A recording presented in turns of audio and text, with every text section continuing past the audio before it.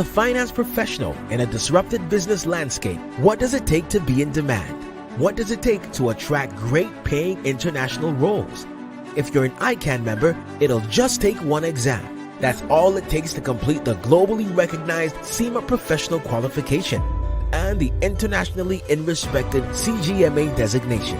As a SEMA member and a CGMA designation holder, employers will look at you as a finance professional, constantly acquiring new skills to add value to the business.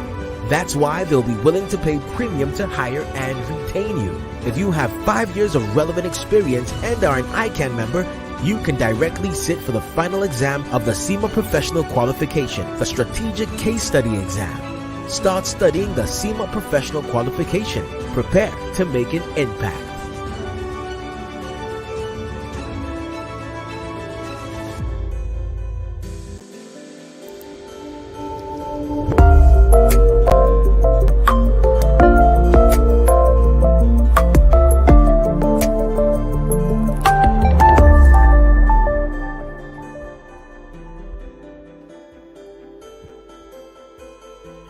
Good evening, professional colleagues, friends of the Institute, our students, ladies and gentlemen.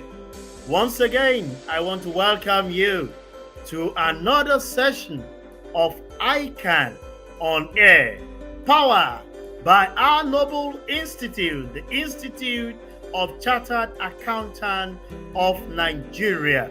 And I want to believe that the previous episode that you've been engaged with on ICAN on Air has been very educative. Has improved your knowledge base, and one way or the other entrench certain things that will improve you as an individual. And that's what our institute has been equipped to do: improve the knowledge base of our members, and that we are doing practically across board with all our programs. And one of it is ICAN on Air. Once again, I welcome you to another episode, another edition of ICAN on Air on today, Thursday, the 14th day of July, 2022. Today, we will be talking on a topic that we've added before, but we want to give you the update, as we are known for, to keep you abreast of information as we progress as an institute. And today we'll be looking at debt and insolvency law in Africa. Debt and insolvency law in Africa. National and transnational issues. And today I will be guesting no other person, the friend of the house, who has been with us and will continue to do justice anytime we call on her. No other person than Dr. Bolanle Adebola. Dr. Bolanle Adebola is an associate professor of law at the University of Reading in United Kingdom. She specializes in corporate governance and insolvency law, as well as international commercial arbitration. She is an associate of the Corporate Governance Institute, a council member of the Business Recovery and Insolvency Practitioner Association of Nigeria, BRIPAN, an inaugural committee member of the Restructuring and Insolvency Committee of the Nigerian Bar Association section on business law, NBA-SBL. She is a member of the National Assembly Business Environment Roundtable Expert Network, an academic member of INSOL International Europe and Insolvency Lawyer Association. Our guest today she's well loaded, prepared to give us a deep insight into our topic of discussion, which is debt and insolvency law in Africa, national and transnational issues. In no distance time, I will be talking to our guest. But before then, let me quickly go on a very short break. And when I come back, I will be engaging Dr. Bolanle Adebola. Stay tuned. I will be right back.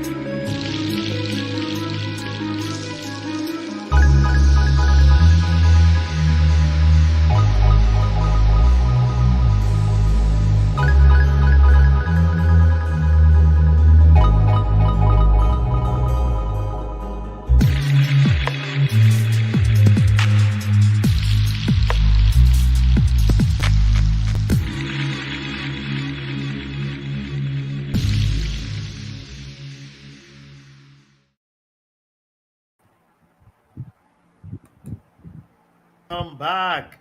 And it is my pleasure this evening, on the Thursday evening, on ICAN on Air, to welcome our own Dr. Bolanle Adebola. Dr. Adebola, good evening.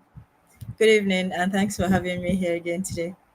Oh, it's a pleasure to be here once again. I remember the last time you visited our studio, you actually gave us so many insightful things, and I'm prepared for another session today. But before, without wasting our time, let's hit the ground running so that our members can again benefit so much on the topic of discussion for today. For our conversation for today, we focus on steps requires to strengthen the insolvency regulatory space.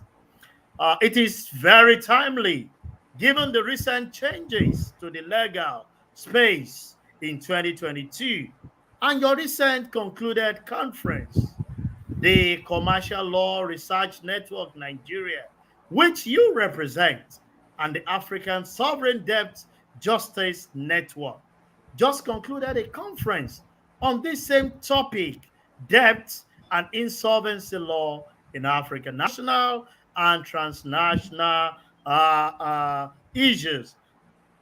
Dr. Adebola, can you please give us an insight into the cruise of the conference? Thank you very much for that question, and I'm very happy to be invited to speak about this conference, which is very dear to my heart.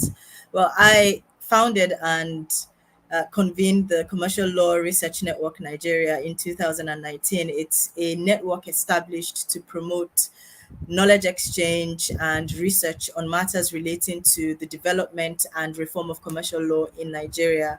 Uh, well, one of the things that we wanted to do as a network was to respond to the challenges that emerging economies like Nigeria face in designing commercial laws that are suited to their realities while connecting to the global systems. And we decided to create three routes by which to achieve this goal. One was to create a collaborative environment for stakeholder engagement. Another was to promote and facilitate high quality research. And the third was to provide an access point to research. So we have a website through which we disseminate much of the research that we encourage and facilitate. Well, we have contributed to ongoing reforms in Nigeria, particularly the insolvency landscape. We also contribute to the intellectual property space, as well as new technologies and business development, international in trade and investment law, amongst other things. Well, given our interest in insolvency law, we wanted to host a conference that would look at Nigeria's realities, but we had been approached by our African contemporaries who wanted us to also discuss issues relating to Africa, because they had said that we speak mostly about Nigeria, although we use Nigeria as a type of case study. And while we were in conversation with the our African colleagues, the SDJN approached us also. They are a coalition of groups that are committed to exposing the adverse impact of unsustainable debt levels in African states on the lives of ordinary citizens. So they speak about the threats that sovereign debt pose for economic development, social cohesion, and human rights. It is convened by a sister network, afronomicslaw.org, with the support of the Open Society for Southern Africa. And so both networks came together to look at all things relating to debt and insolvency law in Africa. It was, I think, the first of its kind in our space, convened by Africans, centering African issues and taking a critical perspective, looking beyond simply the legal framework, but looking at the impact of the legal framework on the lives of everyday people. We're also supported by the Premier Research Institute in Nigeria, which is the Nigerian Institute of Advanced Legal Studies. And that collaboration was timely, given the rising, well, I don't know whether I can still call it the rising debt levels in Africa from between 2016 and 2019, many African countries were on the verge of debt distress. And of course, the pandemic precipitated an even worse crisis, with many African countries, the debt levels getting very high. But in addition to the debt levels of the states, we also have debt levels and distress faced by companies. We also have that of individuals, which people really do not speak about very much because of the stigma attached to the same. And so some of the themes that we wanted to talk about were sovereign debt and its effect on human rights and gender, particularly women, the need for a sovereign debt restructuring mechanisms. We had judges and regulators from across Africa. We discussed cross-border insolvency issues, and then we discussed broader issues such as the role of alternative dispute resolution, bank insolvency, MSMEs, corporate governance, competition. But importantly, it was an African-led environment for surfacing issues pertaining to us. Awesome, awesome. I'm just imagining within my space the way that conference was being, talking about the collaboration, about the different agencies coming to talk about it. But I noticed something, while you are giving that exposition on this debt, wherever, I look critically in that when you talk about debts, you're talking about figures. Something actually you put one to two to three. It's about figures, and it seems that that conference was spearheaded by the legal profession.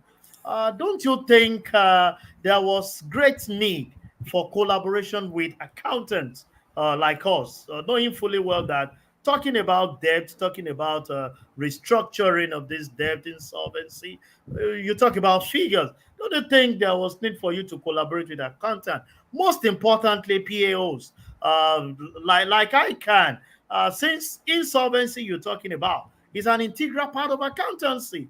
If I can also add that, given your experience in the insolvency space, uh, is there any notable friction among the different professional notable bodies? I'm talking about lawyers and accountants involved in insolvency practice, especially in a practical supremacy battle. Because I can see that that whole conference was without accountants. Well, I think you're already talking about the political economy of the insolvency space in Nigeria. So maybe you want to cross over to our side and start discussing those issues. Okay, I'll start with the second one. Well, I will not be drawn on political issues, although I am interested in unearthing the same. I'm a lawyer, and it's a fallacy that lawyers cannot count. Lawyers can count, and some of us do have accounting training, some accounting training. But Uh, you are uh, right. uh, because I know that my loyal friend actually escaped from accounting because of figures. No, I can count. And I have That's had some exceptional to the accounting rule. training. Exceptional to the rule. But I'll take the second one. Well, I have observed some competition in the regulatory space. I also have observed some lack of communication across the, well, in the insolvency space, we don't call you PAOs because that's for accounting. We call you RPBs, the recognized professional bodies, and there are four of them in Nigeria, two of which are accounting bodies, that's ANAN and ICAN.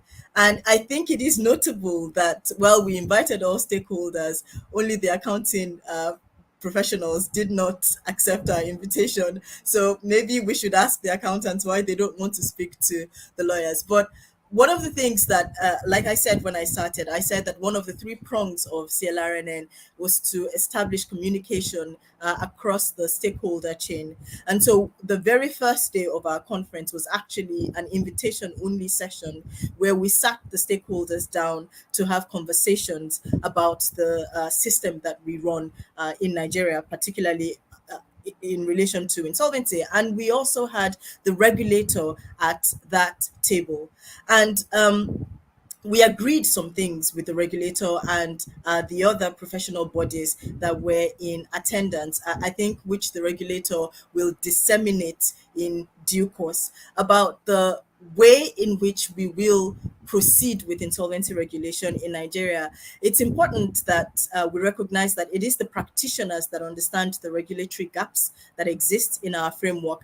And it is important that the practitioners work together with researchers such as myself and the other members of CLRNN who are happy to undertake the research, articulate the problems, and together we can come up with well-grounded recommendations, which the regulator has said several times now that they are willing to take on board. I think that the CAC has been quite open to taking feedback because we contributed to the insolvency regulations that were published in earlier this year. And so, seeing as the regulator is open to these conversations, it would be great if we had the accountants also on board to join in the conversations that are taking place and to collaboratively prefer solutions that would be acceptable to us, to all.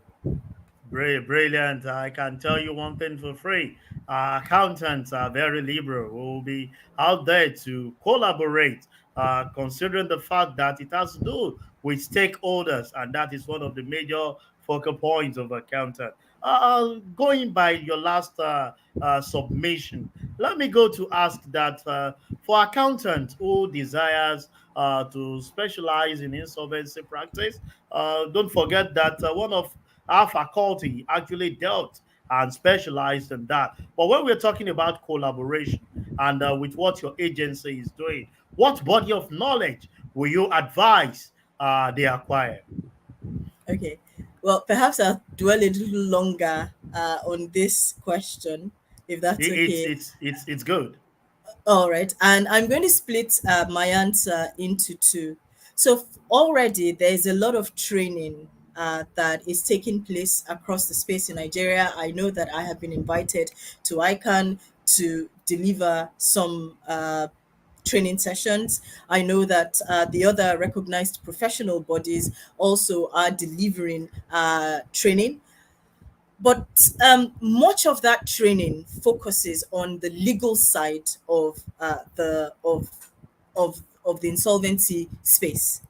We also have lots of international institutions that offer training, and it's always great to have this what's to have information pass across internationally so that we understand what's going on in other jurisdictions and learn from them, and that other jurisdictions also learn from us and the practices that we come up with. I think that one of the things that I have said quite a bit about Nigeria is that we also have our jurisprudence, which actually contributes to the global jurisprudence in this space, and that it would be great if that were also recognized. And so it is necessary for accountants to understand the rules by getting into the legal space. But I would agree with the direction of your question, or your earlier interventions, which has been on the role of the accounting profession in building the insolvency space. I believe that ICAN and other recognized professional bodies must also center their capacity building on instituting the right norms within insolvency practice. So, first of all, there are issues relating to the reputation of the practice. And I think insolvency practitioners are known mostly to be undertakers. What has changed in the landscape has been an infusion of rescue or restructuring oriented rules, which bring with them certain norms that have to be embedded in the system. And this is the reason why the collaboration is necessary. A change in the rules does not necessarily lead to a change in the practice. And that is why one of the things that we discussed at our CLRN and stakeholder meeting with the other professional bodies and the regulator was the need to create a system to embed the norms that we would like the practitioners to espouse. And norms are standards of behavior, acceptable standards of behavior. Now, you would see that there are differing approaches to insolvency practitioner regulation, even in Nigeria. There is also the challenge of the fragmented system that we imported into Nigeria.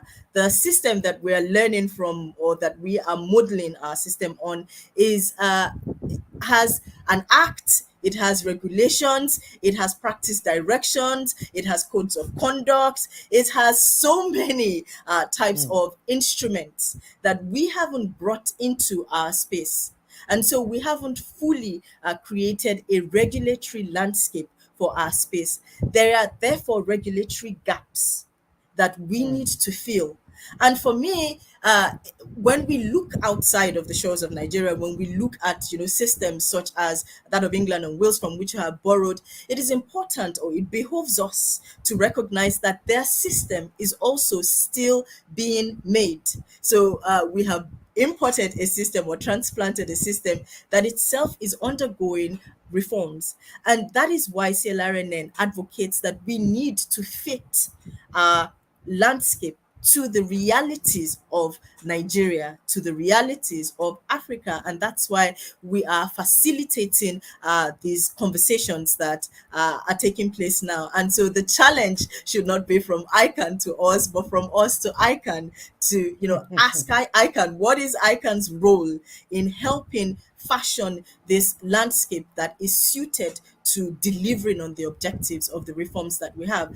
You are right that there are many aspects of insolvency law that cannot be delivered as easily by lawyers. So we are talking in other spaces about issues relating to valuation, delivery of accounts, statement of affairs. These are all issues that we expect the accountants to bring into the space. Even creating a viable plan requires accountants, actuaries, and the numbers people to come into the space to tell us that the business will be viable, is viable now, and will remain viable in the near time future. And so that collaboration is necessary. And I think that, yes, accountants should focus on the law as well, but that accountants should also help create insights into the other areas of the restructuring space that the lawyers can also come to learn from. See, that's deep. That's deep, and it takes me back to your first aspect when you started the introduction of some of the things you did about collaboration. And when we talk about the regulatory gap, both the lawyers and the accountant and all the recognized professional body have a lot to contribute on this. But doctor, let me just pause and state to our viewers that. You can bring up your questions for Dr. Adebola. We are prepared for you. Just a deeper insight into what debt and insolvency is all about, because you can hear from him. We need to collaborate. We need to understand one another so that we can bring a robust environment, most especially to the regulatory gap that we are facing. Doctor, while I expect feelers from our viewers, you've been on this show before, and I know you reflected on this question back then. Since then, insolvency regulation has been introduced, and it has improved. The regulation addresses some of the criticism you raised at that time, which is to give that there's a listening here to some of the things we're talking. Do you think now that the Nigerian legal framework on insolvency is complete and robust enough? Well, I think that you're trying to pit me against time and time again against several institutions that are involved in this space, but I will do No, my no, best. no. Just to have an all-inclusive, so that we can give a robust, a robust economy that will make our Africa to grow again. Okay, so I would say, that we should give, we should congratulate the CSC in delivering the regulations. I think that one of the most important omissions from the reforms that we had in 2020 was that of the insolvency regulations that would deliver on the stipulations or the rules contained in CAMA 2020. Now, we congratulate them. We're happy that they were happy that they opened the door of collaboration and that was delivered. So I would say that Nigeria has delivered much of the immediate challenges that we had in terms of modifying the law, modernizing the law, regulating insolvency practitioners, introducing the insolvency regulations. But there are several areas left to develop in the restructuring and insolvency framework. And I, ideally, we would sit down and take insolvency law as an area of discourse, eject it from CAMA, and have a proper conversation about insolvency law and the framework that we have in Nigeria. For me, I'm I would prefer we didn't take this fragmented approach that we are taking in relation to this area of the law. Now, we have AMCON on one side running its own parallel insolvency procedures. Many of these procedures bear the same name with the procedures that we find in CAMA, but the manner in which they are operated and the powers that are arrogated by office holders and the institution itself are quite different from that which we find in CAMA, which can throw up some confusion in the law and in the jurisprudence that we have. And it will be necessary for us to, regularize that area of the law. We also, at the conference, discussed improving the regulatory landscape for practitioners, which I have already unpacked in the earlier part of this conversation. We also have issues around personal insolvency. I know that AMCON deals with this, and it takes us back to some more of the traditional practices that we had in, I suppose, traditional Nigeria, traditional Africa, naming and shaming, blacklisting, and all sorts of regulatory measures that have been introduced. Well, it would be good if we sat together and had a discussion on personal insolvency and the way in which personal insolvency issues should be resolved in Nigeria. We know that many of the people that are involved in this space are politically well connected people. Nevertheless, it is necessary for our system to have a personal insolvency framework in place. We also have the issue of cross-border issues. The AFCFTA is in place. They're writing an IP protocol. They're looking at competition law. They're looking at several areas of that act. And it's going to be necessary to look at issues relating to company law, relating to companies operating across borders. And we know that whenever companies operate across borders, debt would also travel across borders. And so discussing issues of cross-border insolvency is a pertinent aspect. Interestingly, if you look at cross-border insolvency regulation in Africa, uh, other than the OHADA bloc and perhaps some countries in Southern Africa, the cross-border insolvency, the model law has not gained that much traction, and it is necessary to unpack the reticence that African countries perhaps have shown towards this law, and to have a conversation as to how we would like to conduct cross-border insolvency issues. We were grateful to have, judges and regulators from East and West Africa sit together to discuss some of these issues at the conference that we had. And we expect that these conversations would carry on further, and that in due time, perhaps we would also have some changes to the Nigerian space. I'll pause there.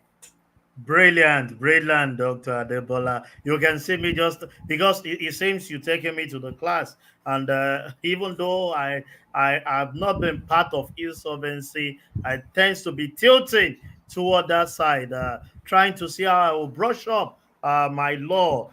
You see, while you're discussing that, you said one thing that is very germane to me, that there are fragmented approach to what we have currently, but it's very much important to regularize, close the gap, so that those fragments can be solidified to one. Not only in Nigerian space, we talk about Africa in general, so that globally we can have an impact in it. Very wonderful submission. But let me go in this route before I will go on break.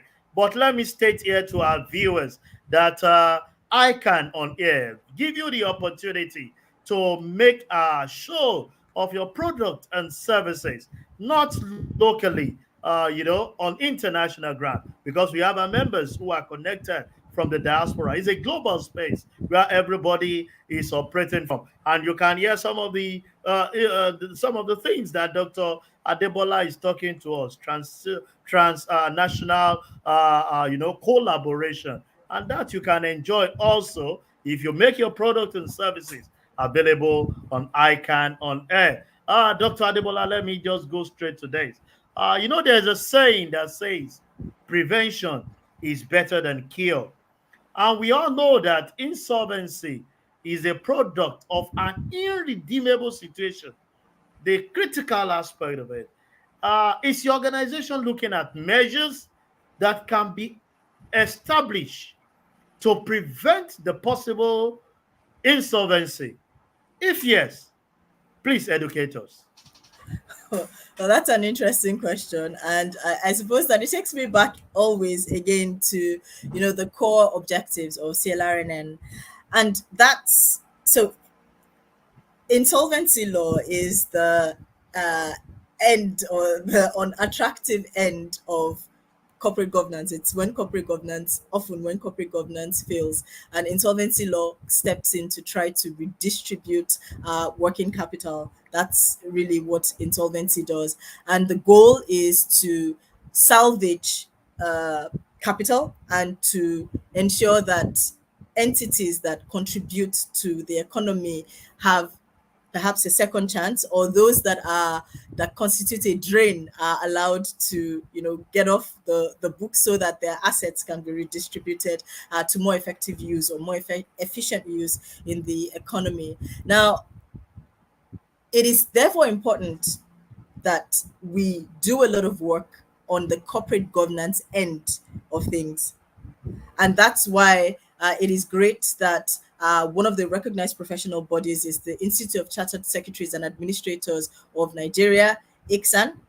And so for me, it would be great to examine or to get to grips with some of the things that ICAN does. When you read out my resume, you saw that I was a member of I suppose I wrote the exams in the UK, so a member of the UK chapter. That's why I told you I have had some accounting training. So you say I can't count. And so it's important that people that people understand the relationship between corporate governance and corporate insolvency law. Now, we also have, of course, the Institute of Directors that plugs into this space as well. And so these are institutions and networks that should be plugged into the space. Of course, Nigeria has a corporate governance code, and one important aspect of the corporate governance code of Nigeria, and one thing that which we don't speak about as much, is the fact that I think quite before the UK made it mandatory, and have had conversations about making it mandatory for private companies, Nigeria had done so. Now, the challenge with the corporate governance code, particularly as pertains to the smaller companies, the private smaller companies, is that our corporate governance code is geared more towards public companies. And so again, it is always necessary for us to localize the rules that we bring into our space to the realities of our space and the challenges that we're trying to resolve. It's not enough to say that we are adhering to best practices or to global best practices. We are part of the globe, and we are part of those who should set the trend globally. And so for me, I think that we should take some more time to look at the manner in which the corporate governance framework works for our private companies and our smaller companies, and ensure that we can help them develop by situating themselves properly within the corporate governance space and having rules that match up to their stages of development at each crucial time of growth. And that's the way that we can help prevent. The better the governance, the better the less likely it is that the company would be insolvent. And it is quite the same in the sovereign debt space as well. So part of the conversation there is improving the debt governance landscape so that each side of the transaction understands what their responsibilities are, and we don't then fall into a situation where companies get or countries get into debt that becomes intractable and difficult for them to get out of, given the difficulties in debt restructuring at the sovereign level. So it's the same, pretty much the same for companies as it is for countries. Very wonderful submission, Dr. Adebola. You see, you just said it out. The corporate governance plays a very key role. And not just importing some of those laws that we will take from the foreign country. Should try as much as possible to localize them, bring them to reality, to terms where we can see that there is realization of the set goal of it. To our viewers, I've actually been guesting Dr. Bolanle Adebola, who have been doing justice to debt and insolvency law in Africa, the national and the transnational issue. And I've actually been educated. I feel like enrolling now without wasting time with the insolvency faculty, and from there join the CLRNN, at least to make sure that these people don't go down the drain. But in a very short, I'll be going on a very short break, and still get your pen ready, because the second half of it will definitely be a very interesting one to tap more that will be of gainful knowledge to an individual. Stay tuned. I will be right back.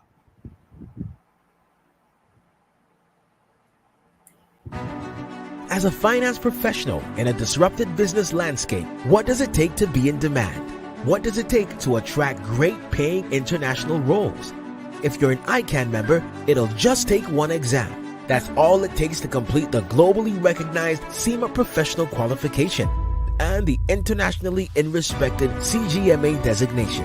As a CIMA member and a CGMA designation holder, employers will look at you as a finance professional, constantly acquiring new skills to add value to the business.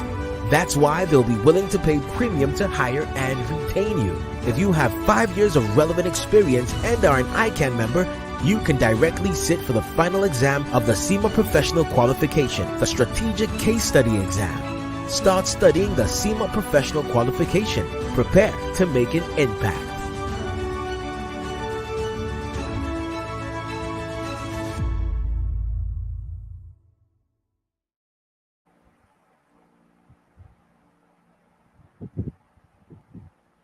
Welcome back to the Thursday edition of ICAN on Air. And it's been powered by Institute, the Institute of Chartered Accountants of Nigeria, to give depth insight to topical issue. And one of it is what we are discussing today on debt and insolvency, the national and the transnational issue. And I've actually been discussing and doing justice to this topic with Dr. Bolanle Adebola. And I want to tell our viewers the room is open. Bring in your questions, your contribution, so that we can have Dr. Adebola do justice to some of these. While I continue, Dr. Adebola, on the insight that you have given and some of the progress that we've made as a country in Nigeria. Will you say that Nigeria insolvency law, where will you rank it within Africa? Well, I suppose that perhaps that's one of the things that we should do as a network to look. Well, we have started to look at insolvency laws across Africa to map the changes that are taking place and to see what the similarities are. Well, you should understand that the African regulatory space is quite complicated with various Mm, institutions, international institutions, intervening in the legal development space. And so, for one, it's difficult to tell. In the past, we would just look at the World Bank's doing business rankings because of the challenges that has had. We can't simply pick up those rankings. But even in spite of the challenges that has had and its withdrawal from the space, I think it was not enough to simply tick boxes on the maps that have been drawn and to say, well, now mm, that they've introduced this, therefore the system has improved. Um, it is difficult. There have been mm, changes in East Africa, many of the East African states, and the East African region has uh, a much more integrated approach to things and a much more fluid approach to doing business. Therefore, their laws have responded to that. We also have another group, which is the OHADA group, which is the French speaking African states, whose legal development owes quite a bit to international agencies. And then you'd find that they also have had quite a number of changes to their insolvency systems. Many of the changes to the insolvency systems in perhaps East and South Africa, as well as the OHADA states, have included things like cross-border insolvency law and several other of those boxes. At the time when they introduced their changes, they also brought in insolvency regulations. So if we're looking at things on that level, I would say that perhaps Nigeria is close to but slightly under par because we have omitted some key aspects of the legal reform, but we're fast catching up. Now, the challenge for Africa is actually not changing the law, quite apart from South Africa as a country. The challenge for many African countries, so sitting down last week and listening to people from Kenya, listening to people from Uganda, just listening across Africa, we found that we have similar issues. We mm, changed the law because internationally they told us it was best practice. But when we mm, looked at the embedding of the laws in our system, we realized that there have been lots of changes, but not much movement. Nothing has really mm, changed on ground because we have simply transplanted laws without embedding the norms within our practice. So for me, I don't think right now we're at the stage of comparisons. What I think we need is a question across Africa on how we're going to embed the norms that we want. So one of the conversations that we had with the judges was, why can't we have a forum at which the judges come together and they share, their knowledge as well as their challenges, and because they sometimes, or at least they face quite similar challenges brought by the various stakeholders, the creditors, the debtors, the fact that many Africans are entrepreneurs, but many creditors don't want to let go of their money. They don't want to take a haircut, as it's sometimes called. We also had the regulators who also aired similar challenges. And so for us, centering and surfacing Africa's issues is are really key issues for us to resolve. And so I would like to again redirect our attention to that as opposed to ranking us, because I don't think that many of us African countries have taken off from the ground at all. We are still just where we were pre the Since reforms. Sincerely speaking, I take it from there. A lot of changes, but not much movement. So we infuse the law, bring those things, but moving in the direction. And I think from what you said, I can allude to it. Domesticating some of these things has actually been the major problem, of which I believe professionals like us are actually, coming on board. Let me ask this, Dr. Adebola. Are there measures that could be introduced?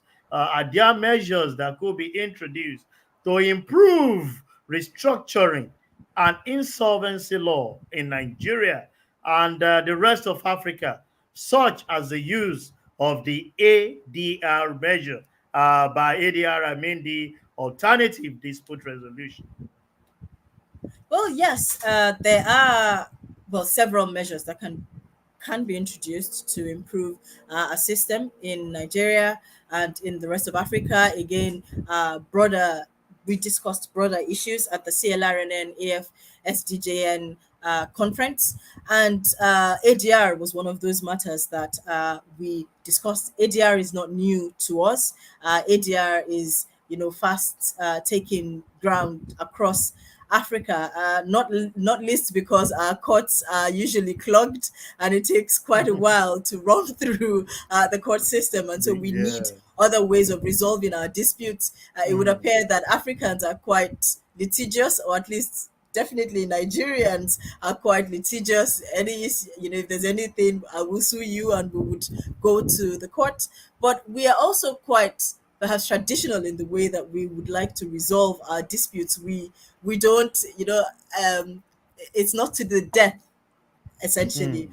And Mm. so it's important that we put in place systems that ensure that parties can come out the other end in a more conciliatory mood, for lack of a better way of putting it. So the ADR can be introduced at several levels, and we already have the multi-door court system in the courts in Nigeria, in the many state high courts, particularly in Lagos, and that can easily be introduced at the Federal High Court to assist with insolvency law issues, particularly if our calls for a specialized insolvency court is not Mm. heeded by the judiciary for several reasons, or perhaps even a commercial court. Now, ADR can be introduced to at various levels during the restructuring phase. So it can be introduced at the point of resolving claims. We've all heard of the bank claiming that somebody owes this, and then the person saying, but that's not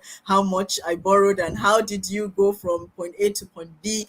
Such issues can be resolved through ADR, and that's not only arbitration. You can progress through the ADR measure, so you can have good faith negotiations. If that doesn't work, the parties can agree to go into mediation, or the parties can go into arbitration. All these can resolve the issue without bringing the parties into the courts. The ADR system can be used in highly contentious cases where everything just seems confused, and it Mm. is necessary to resolve the issues, to understand what the key issues are. It also can be used to facilitate agreements or arrangements between the parties, because I have had during some of the empirical research that I've undertaken, I've had parties say that they came together and they formed a board with the creditors sitting on the board, having representatives on the board, having taken up some powers, perhaps to veto decisions that have to do with financing or a change of business and the like. And so ADR can facilitate this. The goal is to ensure that the parties come out the other end feeling that they have also won something.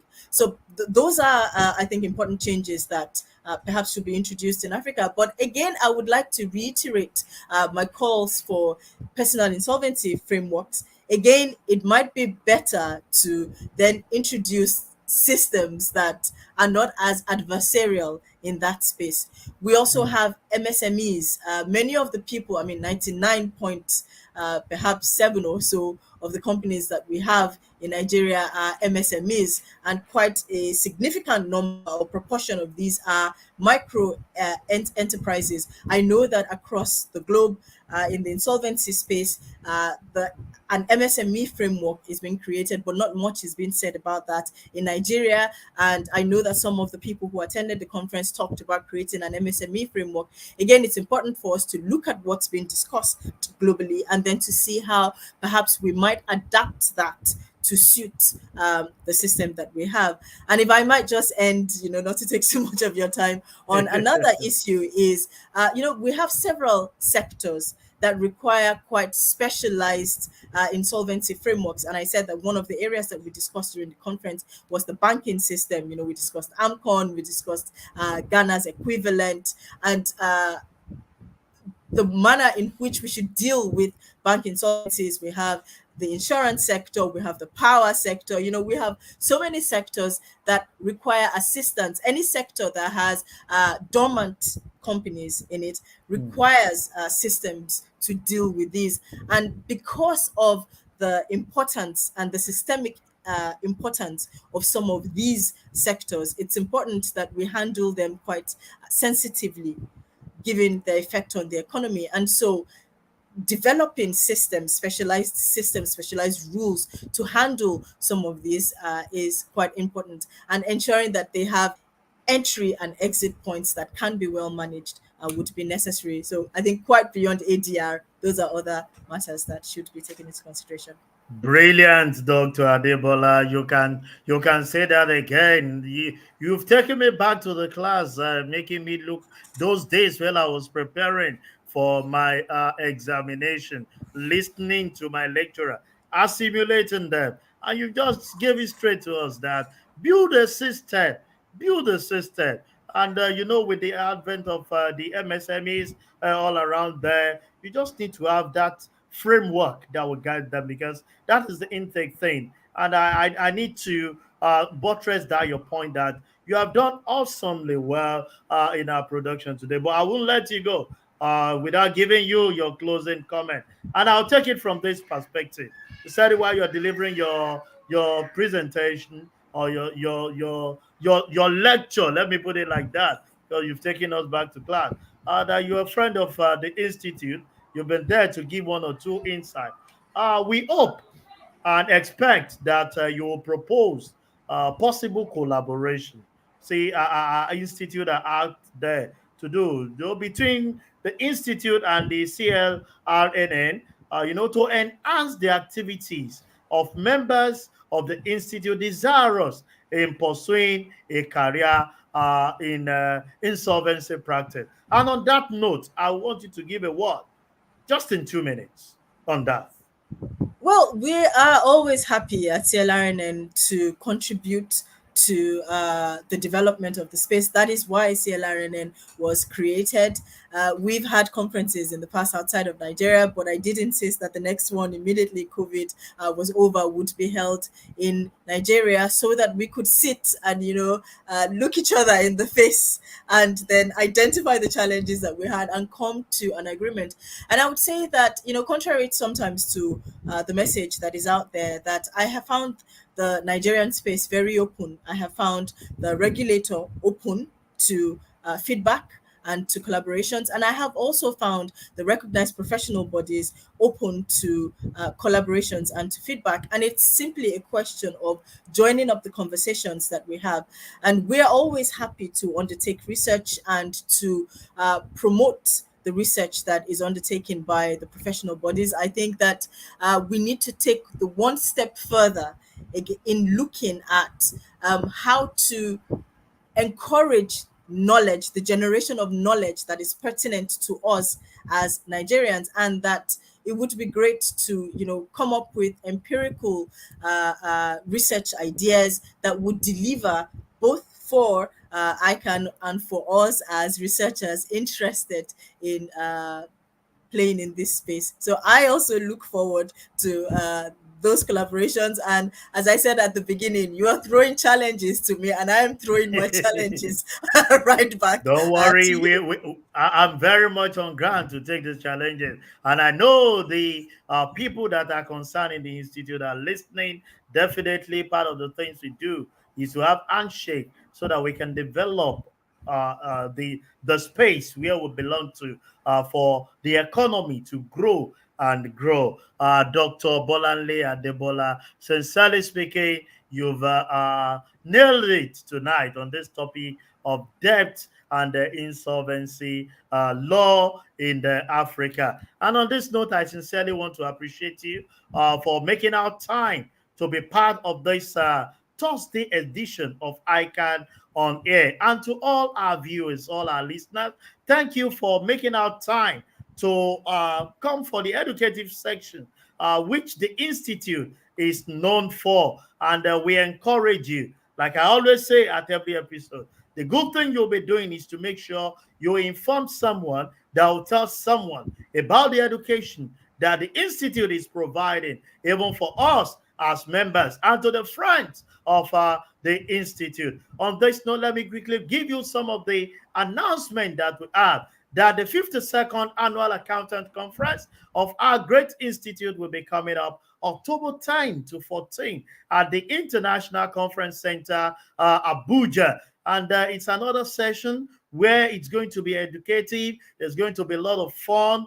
There's going to be networking across board. We encourage you to prepare yourself even for the conference, knowing fully well that the 58th president of our institute will be waiting to host you, to welcome you to Abuja. On this note, I want to encourage you that you stay safe in everywhere you go. Remain committed even to the words of our institute, which stands with integrity and accuracy. And on that note, I will be leaving you and to see you again next week, Tuesday, by the special grace of God. I remain your anchor, Olusesan Okwade. See you till next week, Tuesday.